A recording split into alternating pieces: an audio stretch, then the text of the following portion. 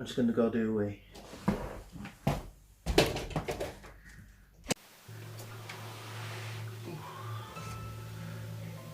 Well, that feels weird. Why is it so cold in here?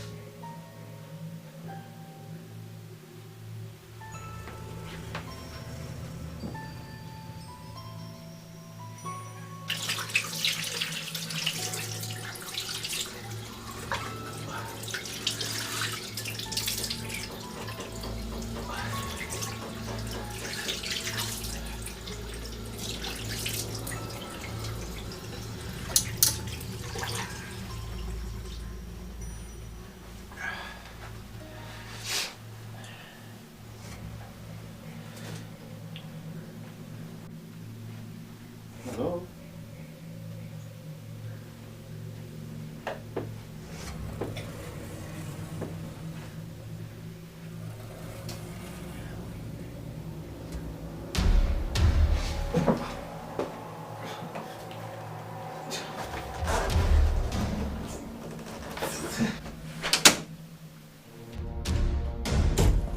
Sorry about that.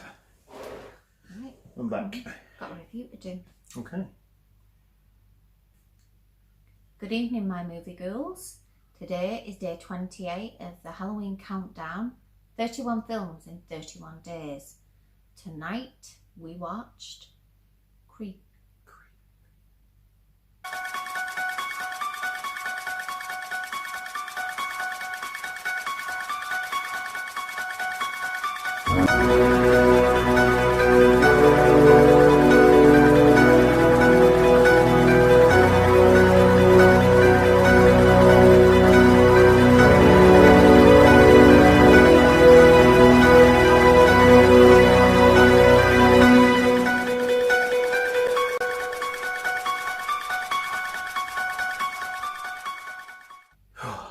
Creep is a 2004 film.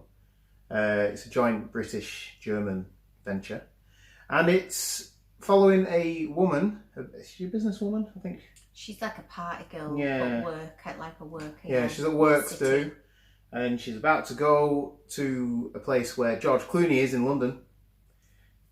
I thought that part of the story was a little bit lame. He was like, well, I'm going to go to George Clooney and I'm going to pull him. Okay.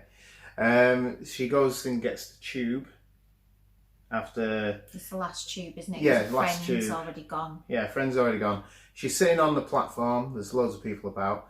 And she has a couple of vodkas. Little vodka shot bottles, doesn't she? Mm. And then, falls asleep. And if you've been on the tube, or the subway, as it is in America, you know that these trains are massively loud. Really noisy. You wouldn't sleep through You that. wouldn't sleep. Like, shoo! It's loud. And it's quite airy as well. And she falls asleep and everyone's gone.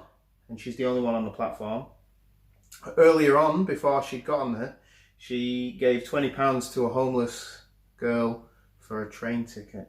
For an Oyster card, wasn't it? Yeah. Yeah. So she tries to get out, but everywhere's locked. She is trapped on the platform. And I think it was at Charing Cross or something like that. Yeah, it's Charing Cross. Yeah, been there. And then she hears that there's a train coming. She runs down to the platform. She gets on it. But then you see in the distance that someone else gets on it at the same time. So she's not alone. And then the train stops in the tunnel. Yeah, it doesn't travel very far, No. the tube. It sort of probably 100 metres, doesn't it, Yeah. into the tunnel, and then stops. Stops. We know why, but she doesn't know why. And it's because the driver has been killed. Mm. But then she meets her work colleague. Yeah, when the train stops, she's sort of going up and down, the lights all go off. Yeah. And she goes up the tube, and then there's somebody stood in the distance, isn't Yeah. there? And she's talking to him, and they're ignoring her, so it's like... He's got a torch as well. Yeah, He's it's carrying a really torch. creepy, which I don't know where he'd get a torch from, because he'd been to the same works Might have been his party mobile. back in 2004. Yeah, I think he had torches on the mobiles. Yeah. But Cellular then he phones. sort of then comes forward and laughs and goes, "Oh, it's just me." And it's this like creepy guy from her office who's like been trying to get into her all night. Yeah. and I don't know how he ended up at the same station and locked in. Like followed her as well. Yeah, so then he sort of talks to her, but straight away he's just really a horrible person, Yeah. and he's getting his bits out and sort of saying, yeah, have a go on this type of thing. And then he tries to rape her. Yeah. And as he's sort of tussling about on the floor with her, the doors open and he's like ripped off almost supernaturally because you don't see what it was. No. And then she kind of sees him get pulled down and off she runs, doesn't she? Yeah. And she tries to get help and stuff, and then she goes back to the track. She goes back on the. She hears him shout that he's pulled himself down the tube and trying to get up. So she gets help from. She discovers like a homeless guy. Yeah. And a woman, and it's the woman who sold her the car. They're sort of living in a little. There's like a little tiny work access area, and as she'd opened it, because a dog came out, there's a couple of homeless people sort of living there, and they said, oh, they don't bother us if we don't bother them, type of thing.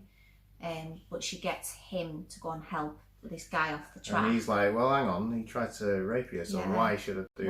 Why would you want to help him? Yeah. But they do, they get him onto the track, off the track, and he's proper cut up. But then you hear scream, don't you? Screaming and the woman, the homeless woman. Yeah, that he sort of left to his partner, so he runs up to go and try and sort her out, but there's just blood everywhere, and like it dragged off as if she's been pulled away. Yeah. It kind of then just goes from there, doesn't it? And it's a good film. I think I'd started watching it years ago, and then for whatever reason didn't finish watching it, so it's the first time I've properly seen it. It does make you feel like, I thought it was something to do with like a supernatural element. You do think that at the beginning, and then I was having this conversation, I'm not too sure, the other day, that it's almost like as soon as the reveal happens on what is the enemy is and what's doing all this, the fear disappears, because you've seen too much. And I know in this film you've got the grotesque factor and the story of what he is, but I think as soon as the reveal happens, it just drops off for me. The spoilers they basically, I mean, they all get caught anyway, don't they? Yeah. And she wakes up in like a cage type of thing, and this other guy, two of the guys at the beginning of the story, before she'd got locked in, sewage guys, I think, they were like sewage, and they'd gone down an unopened thing before that they'd never seen, and then they're in these cages. One's already dead and one's alive, the new guy. Yeah. And he's in, and she gets brought in across, and it's like he's keeping him in almost like feeding cages, isn't it? Like you'd keep not oysters, what they call like lobsters, but almost like humans, and you don't really know what he's doing, whether he's using them for food. But the guy is it Sean Harris? Sean Harris, yeah. He's he talks like this. He does, yeah. He's in Mission Impossible. Mission Impossible 5 and 6, I think. He was in Prometheus. He was the guy with the dogs. Yeah. And he smoked weed in his suit. One of the weirdos who tries to run away But he's they've obviously like disfigured him and stuff, and the story is deep below the unused tubes, which there is loads of unused there tubes. is, yeah. If there are tours you can do in London, isn't there? I'll do it next time we go. And basically behind all those, like maybe 40 years ago, they've been doing experiments on babies and fetuses, and he was one of the babies tested on, so he's really disfigured and really, he has like almost scoliosis of the spine. He's very twisted and scarred, and you don't look like he's ever seen daylight. And he just doesn't really know how to talk much, really, other than he mimics, perfectly. It's like there's a scene later on where he's on the back foot, isn't he, and he begs for his life, but what he says is exactly what the woman says, word for word. So it's like, please I don't know how to do this, but because I've killed so many people, I know that these is what you say when you are in trouble. Yeah, please don't kill me, please don't hurt me. And then he finishes it by saying what the woman said, basically. So then you realise it's not him, he's just repeating it.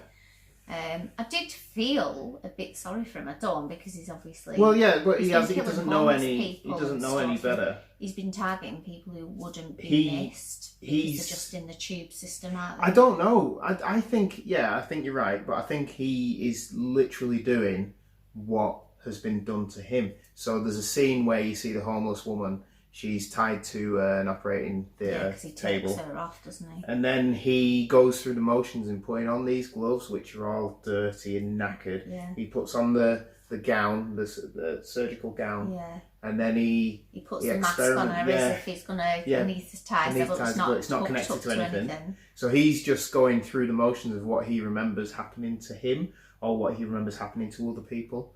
But then by doing the surgery, he's just killing her. He doesn't know any better.